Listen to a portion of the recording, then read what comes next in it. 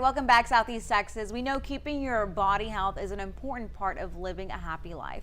And one woman from Port Arthur has that exact same vision for our area. I'm joined today by Dwonia Laday. She's the founder of the Willie Betty Griggie Project. Tell us a little bit about this nonprofit. Well, yeah, what it is, it's a nonprofit in honor of my parents. Both of them died way too soon from chronic sickness and disease. And so my goal is to help people not go through what our family went through, because in the years that I've studied, I found out that some of that could have been prevented if we just changed our diet. And so that's our goal, is to help communities, help our churches, our schools, teach people how to eat correctly so that they don't have to face the challenges of obesity, heart disease, diabetes. All of these can be reversed with the diet. Right. So how do you go about this? I know it takes a lot of education, a lot of community outreach to get people to hear these lessons on how they could change their life habits for the better. What are some of the things that your organization does? Well, what we do is we'll go into the schools, we'll be invited in, feel free to invite us in, and then we'll share simple things that you can do, just simple adjustments that you can make with adding more fruits and vegetables to your diet. You can even camouflage certain dishes that your kids don't even know that they're eating vegetables.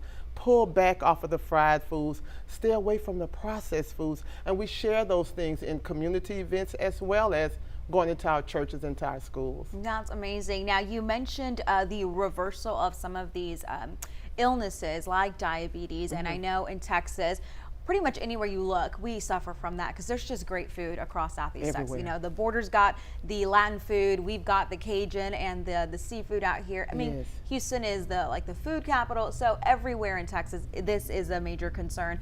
Tell me a little bit about how education can help reverse some of these illnesses to make people better. Well, I always say that one of the things that you have to do is start at home, because we can go into these different places, but parents, loved ones, begin to look at how food is processed.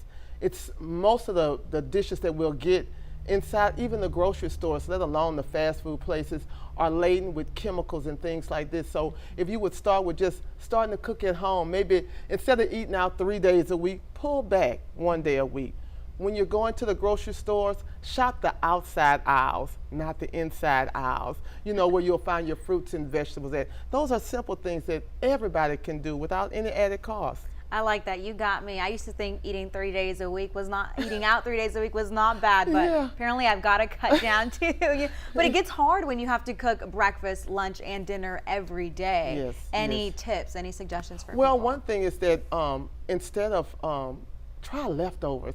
They really are good. Cooking a little more. Yes, and then you don't have to have, if you look back, we don't have to have 3 meals and a snack. And that's the problem with why obesity is on the high rise.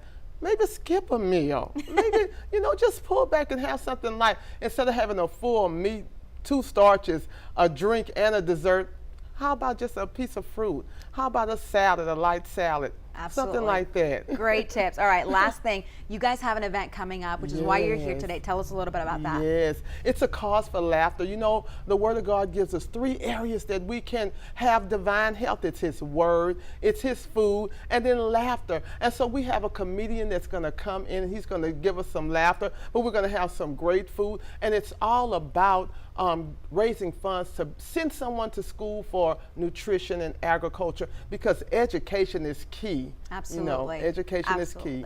This organization is out to help you guys. We'll post all of the details on 12newsnow.com. Thank you so much for being with us today. We're going to come right back.